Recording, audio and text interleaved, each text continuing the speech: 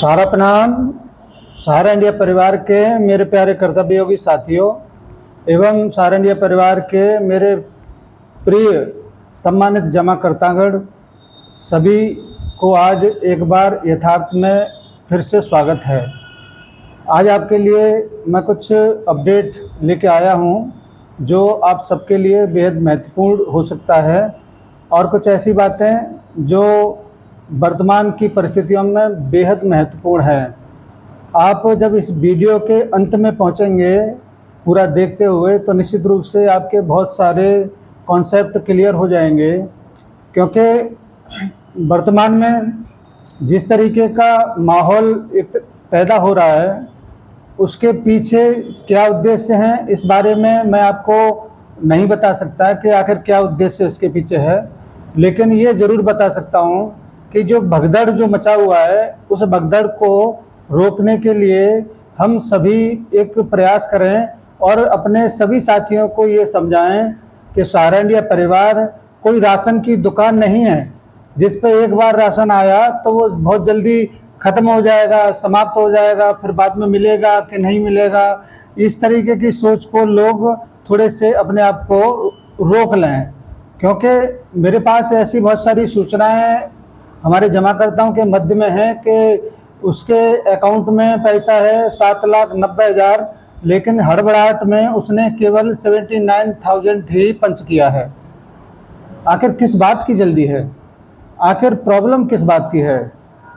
मुझे लगता है कि आप सहारा इंडिया परिवार को ठीक तरीके से अभी भी नहीं पहचान पाए।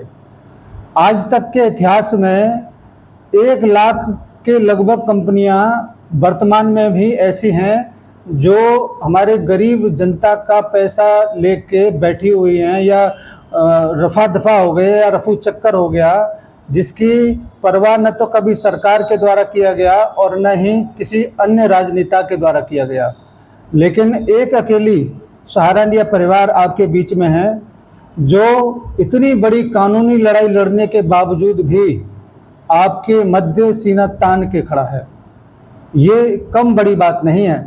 इस बात को आप ऐसे भी पहचान सकते हैं कि पिछले 45 वर्षों में अगर हम पीछे के 5 साल अगर छोड़ दें तो कोई भी व्यक्ति खड़ा होकर इस बात को नहीं कह सकता कि उसका 1 रुपया भी सहारा इंडिया परिवार में बाकी बचा हो।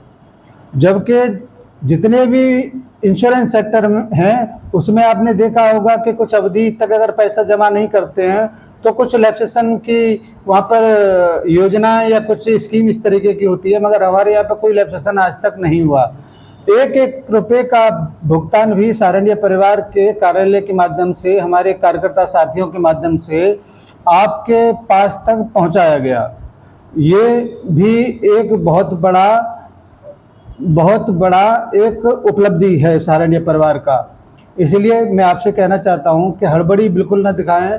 अभी वर्तमान में जो भी कॉन्सेप्ट आपके क्लियर नहीं है तो आप थोड़ा सा वेट कर लें, थोड़ा सा इंतजार कर लें, थोड़ा सा अपने आप को धैर्य बना के रखें, क्योंकि अभी भी बहुत शार्ट टाइम बाकी है और आपका जो भी प्रोसेस है मात्र 1 घंटे का है।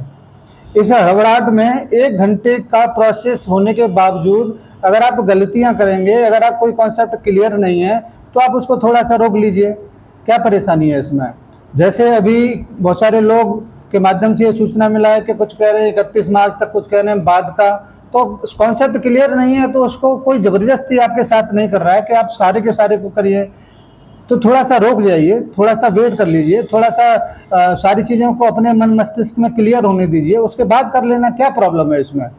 आपका पैसा सुप्रीम कोर्ट का आदेश है, सुप्रीम कोर्ट के रिटायर्ड जज की निगरानी में है। एक न्याय मित्र गौरव अग्रवाल जी सब सारी चीज़ें देख रहे हैं। पूरा चारों सोसाइटियों के मुख्यालय पर एक स्पेशल ऑन ड्यूटी ऑफिसर भी नियुक्त किया गया, वो भी इन सारी चीज़ों को देख रहा है। इन सारी चीज़ों को देखने के बाद में आपका जो भी प्रोसेसिंग हो रहा है, जो हमारे सहारा इंडिया परिवार के बहुत सारे कार्यकर्ताओं की सहयोग से कुछ चीज़ें वहाँ पर भी हो रहा है, तो फिर आप इसको थोड़ा सा धैर्य बनाएं, थोड़ा सा वेट करें, हड़बड़ाहट न दिखाएं। आप सबसे पहले तो एक काम जरूर कर लें कि जितना भी आपके पास कागज़ है उसको व्यवस्थित कर लें, कितना अमाउंट है इसको व्यवस्थित कर लें, बेहद ठंडे दिमाग से सारी चीज़ों को सोच लें, उसके बाद में करें। क्योंकि सहारनपुर परिवार इन सारे प्रोसेस के बावजूद ये बंद नहीं हो रहा है। हमारे कार्यकर्ता भी भयभीत हैं कि पता नहीं आगे क्या होगा। आपका सहारनपुर परिवार बंद नहीं हो रहा है, आपका रोजगार कोई छीन नहीं रहा है।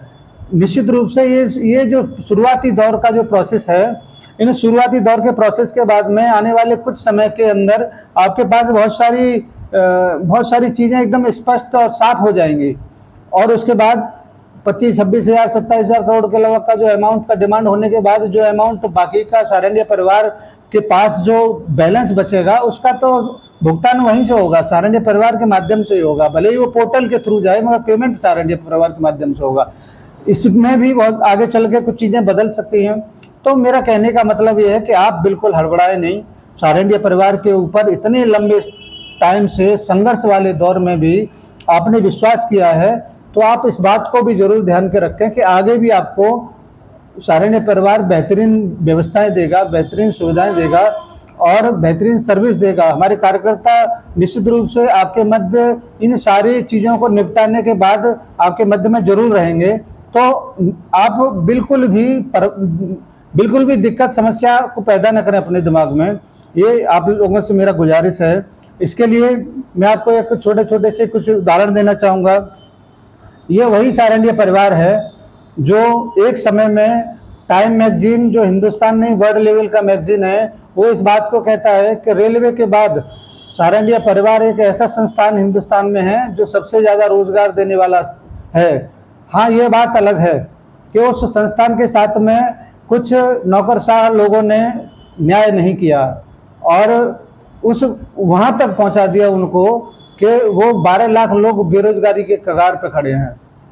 इसके लिए हम और आप दोषी नहीं हैं, कोई जमाकर्ता हमारा दोषी नहीं है, हमारा कार्यकर्ता का कोई दोष नहीं है।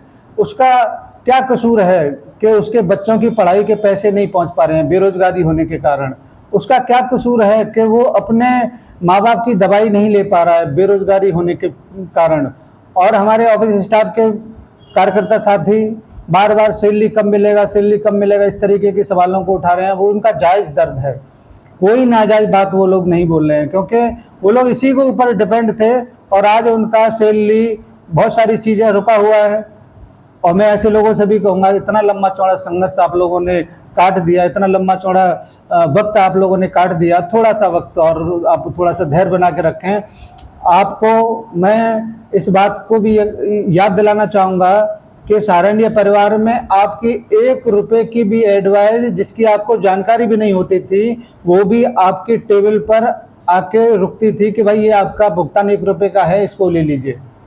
कभी आपने कहा 1 रुपए की एडवाइस 5 रुपए के कागज के ऊपर छपकर आपको मिलता था? इस बात को भी आप थोड़ा सा ध्यान रखिए। आपका बिना बताए हुआ लाभांश आपके क्रेडिट हो जाया करता था, इस बात को भी आप थोड़ा सा ध्यान रखिए। आज हमारी संस्था थोड़ी सी परेशानियों के दौर में गुजर चुकी है, अब उसके समाधान के रास्ते खुले हैं। उन समाधान के रास्तों को थोड़ा सा व्यवस्थित होने दो, थोड़ा सा सुकून में आने दो, उसके बाद आपकी जो भी समस्या है वो निश्चित रूप से एकदम बिल्कुल किनारे पे पहुंचेगी। आप इस बात को जरूर ध्यान रखें कि हमारे जहाज का जो पायलट है वो इतना सक्षम है कि किसी भी कंडीशन में वो सही प्लेटफॉर्म पर लैंड जरूर करेगा। इस बात को आप ध्यान रखिए, क्योंकि ये इतिहास बन रहा है वर्तमान में। कभी किसी फाइनेंशियल संस्था का कोई भुगतान जो एक तरीके से बिल्कुल उस कगार पे हो जहाँ पर त्राहिमाम हो रहा हो, कभी नहीं हुआ। आज सहारनपुर परिवार का अगर शुरुआत हो रहा है, ये बहुत बड़ी उपलब्धि है, हम सबको इसके ऊपर गर्व होना चाहिए। इसको आप ऐसे भी समझ सकते हैं कि आपने इन सारी चीज़ों को करते हुए कुछ ऐसी चीज़ों को भी किया जो पूरे हिंदुस्तान में कोई कंपनी, कोई सरकारी कंपनी, कोई प्राइवेट कंपनी नहीं कर पाई। देशभक्ति का जज्बा आपके सहारनपुर परिवार से ज़्यादा कहाँ पर हो सकता है? आप गिनीज बुक ऑफ रिकॉर्ड में दर्ज हैं। 1,21,653 कार्यकर्ता जब एक जगह पे खड़ा होके तिरंगे की शान बढ़ाते हैं, तिरंगे को हवा में लहराते हैं, तो पूरा विश्व देखता है सहारनपुर परिवार की तरफ कि एक संस्था ऐसा है जो देशभक्ति के जज्बे से भरा हुआ है। मैं आपसे पुनः ये गुजारिश करूंगा कि आप कतई हिम्मत मत हारिए। आप चाहे जमा करता हो, चाहे वो कार्यकर्ता हो, आपका एक एक रुपए का अधिकार जो होगा वो निश्चित रूप से आपके अकाउंट में पहुंचेगा, आपके बच्चों तक जरूर पहुंचेगा। मैं आपको ये भी जरूर कहना चाहूँगा कि इतने लंबे पीरियड में एक अकेली सहारा इंडिया परिवार है, जो सहारा इंडिया परिवार सुप्रीम कोर्ट, माननीय सुप्रीम कोर्ट के सामने आपके अधिकारों की सुरक्षा के लिए लगातार न्याय की गुहार करता रहा है। और उसका प्रतिफल आप स्वयं देख सकते हैं कि आने वाले समय में जब इन सारी चीज़ों की छटनी हो जाएगी, आपके ऊपर जो काले बादल छाए हुए थे वो सब साफ हो जाएंगे, सूरज एक बार पुनः निकलेगा। झूठ का आवरण ज्यादा दिनों तक सत्य के सूरज को छिपा नहीं पाएगा, ये बात आप लोग निश्चित रूप से मान के चलिए। और इसके अलावा आपकी एक और उपलब्धि है, भारतीय क्रिकेट बोर्ड जो इतने सालों से अब बदल के एक दो साल के बाद में कोई ना कोई स्पॉन्सर आ जाता है, उसमें सहारा इंडिया परिवार 12-13 साल रहा उसका। सीने पर जब सहारा इंडिया परिवार का लोगो बना रहता था तो आप लोग कितना फख्र के साथ कहते थे कि सहारा इंडिया परिवार का क्रिकेट टीम खेल रहा है। तो ऐसी ही उपलब्धियां आपके साथ में हैं और आने वाले टाइम में आप और बड़ी उपलब्धियों को प्राप्त करेंगे, आप और बड़े आसमान को छुएंगे। तो हिम्मत मत हारिए। जितना भी आपने संघर्ष किया है, जितना भी आपने आंसू बहाए हैं, उनको समाप्त करने का, उनको खत्म करने का वक्त आपका आ चुका है। और आने वाले कुछ ही महीनों के अंदर आपका जो कुछ भी दुख दर्द है वो निश्चित रूप से दूर हो जाएगा। इस बात को आप लोग निश्चिंतता के साथ जरूर अपने मन के अंदर गांठ बांध लें कि कोई भी ताकत सहारा इंडिया परिवार को बंद नहीं कर सकता और कोई भी ताकत सहारा इंडिया परिवार के जमाकर्ताओं के अधिकार को नहीं छीन सकता और कोई भी ताकत सहारा इंडिया परिवार के वर्कर को तोड़ नहीं सकता। आज हम जितने टूटने थे वो टूट चुके हैं, अब हमको जुड़ने का टाइम आ गया है। इन सारी चीज़ों को आप लोग जरूर देखिएगा। और मैं अब आपसे यही गुजारिश करूंगा कि हड़बड़ी न दिखा के थोड़ा सा संयम बरतें, ठंडे दिमाग से काम लें। निश्चित रूप से आप लोगों का काम पूरा होगा, कोई इसको रोकेगा नहीं। सहारा इंडिया परिवार अपनी वचनबद्धता पर बिल्कुल आज भी कायम है और आगे भी रहेगा। कुछ चीज़ें मैं आपके बीच में रखना चाहूँगा क्योंकि सवाल तो बहुत सारे लोगों के बहुत हैं और निरंतर आएंगे भी। कुछ सवालों के जवाब आज भी हम लोगों के पास नहीं है और इसी वजह से मैं आपको थोड़ा सा वेट करने के लिए बोला हूँ। अगर कोई कॉन्सेप्ट आपका क्लियर नहीं है, अगर आपको लगता है कि ऐसे मुझे लगता नहीं है कि ठीक है, तो आप तुरंत रुक जाओ, किसी की बातों में मत आइए। कोई भी पेपर, कोई भी कागज अगर वायरल हो रहा है तो उसकी तरफ मत देखिए। आप अगर सहारा इंडिया परिवार की तरफ से कोई घोषणा, कोई कागज, कोई विज्ञप्ति आती है तो उसके ऊपर जरूर विश्वास करिएगा। जब तक नहीं आ रहा है तब तक आप शांति के साथ वेट एंड वॉच की स्थिति में चले जाओ, क्योंकि आधे अधूरे काम और जल्दबाजी में उठाए हुआ कदम कभी भी सफल नहीं होता है। तो ठंडे दिमाग से आप लोग डिसीजन लें कि हमको क्या करना है, हमको पूरे का लगाना है, हमको अधूरे का लगाना है। अगर आप 31 मार्च से पहले का जिन लोगों का पूरा हो चुका तब तक उनको लगा लो। किसी व्यक्ति का बाद का बचा हुआ है, अगर आप कॉन्सेप्ट क्लियर नहीं है तो आप बाद में लगा लेना, 1 महीने बाद लगा लेना, 2 महीने के बाद लगा लेना। टाइम तो अभी इसमें बहुत है, आपको केवल 1 घंटे का प्रोसेस इसमें होना है, तो फिर आपको थोड़ा सा जल्दबाजी नहीं करना चाहिए। आप छोटे छोटे लोगों को पहले सूचना दे के उनका करवा दीजिए, फिर ऐसे लोगों को ले लीजिए कि 31 मार्च से पहले इनका पूरा उसका उनको ले लीजिए। उसके बाद में जो छूटा हुआ है ना, उसको बाद के लिए छोड़ दीजिए। जैसे हम परीक्षा में बैठते हैं तो सबसे आसान सवालों को करते हैं कि नहीं, इसी तरीके से आसान जो काम आपके पास है पहले उनको कर लीजिए और जो मुश्किल सवाल हैं उसको जवाब आने तक इंतजार कर लीजिए। अभी एक व्यक्ति ने पूछा मुझसे, कार्यकर्ता ही होंगे ये, अजय सिंह जी, आप तो हमेशा कहते थे सहारा ही करेगा, तो ये पोर्टल क्यों आ रहा है? इसके बारे में मैं उनको बताऊंगा कि भाई मेरे, कोई चीज़ बहुत उलझी हुई है और उसके समाधान दूर दूर तक नज़र नहीं आ रहे हैं। अगर किसी वजह से, किसी माध्यम से, किसी की मध्यस्थता से अगर उन समस्याओं का समाधान हो रहा है, चाहे वो पोर्टल के माध्यम से हो, चाहे माननीय सुप्रीम कोर्ट के हस्तक्षेप के माध्यम से हो, तो हो जाने दीजिए, क्या परेशानी है? आपके खाते में पैसा चाहे सहारा के अकाउंट से जाए, चाहे सरकार के, चाहे CRC के माध्यम से जाए, पहुंचना चाहिए। आपके ज़रूरतें पूरी होनी चाहिए समस्या का समाधान जैसे जैसे हम लोग नज़दीक पहुंचेंगे वैसे वैसे आपका जो भी सवाल है वो निश्चित रूप से दूर हो जाएगा। एक कन्हैयालाल दुबे जी पूछते हैं, सहारा के वर्कर का क्या होगा, उसका क्या दोष है, उसके बच्चों का क्या दोष है, उनके परिवार का क्या दोष है। देश को बड़े बड़े सपने दिखाने वाले लोग इन कार्यकर्ताओं के बारे में क्या बात करेंगे, क्या सोचेंगे, क्या बताएंगे, इनका क्या जवाब है। मुझे लगता है कि हमारे किसी भी कार्यकर्ता का, किसी भी जमाकर्ता का कोई दोष नहीं है। ये सब कुछ जो दोष है ये हमारे सिस्टम में बैठे हुए कुछ हाई ईगो के लोगों का दोष है, जो अपने कर्तव्य के बारे में नहीं सोचते, अपने अधिकार के बारे में सोचते हैं। कर्तव्य अधिकारों को निभाने के लिए दिया गया, लेकिन वो अधिकार उनको अपने घर के जैसे लगते हैं कि मैं अब इस कुर्सी में बैठा हूं तो मैं ही सब कुछ हूं, मैं ही यहाँ का राजा हूं। इसी की वजह से हमारे बहुत सारे कार्यकर्ताओं को अपनी जान से भी हाथ धोना पड़ा, और आज हमारे बहुत सारे कार्यकर्ता, बहुत क्या लगभग सभी कार्यकर्ता आज भुखमरी के कगार पे पहुंच गए हैं।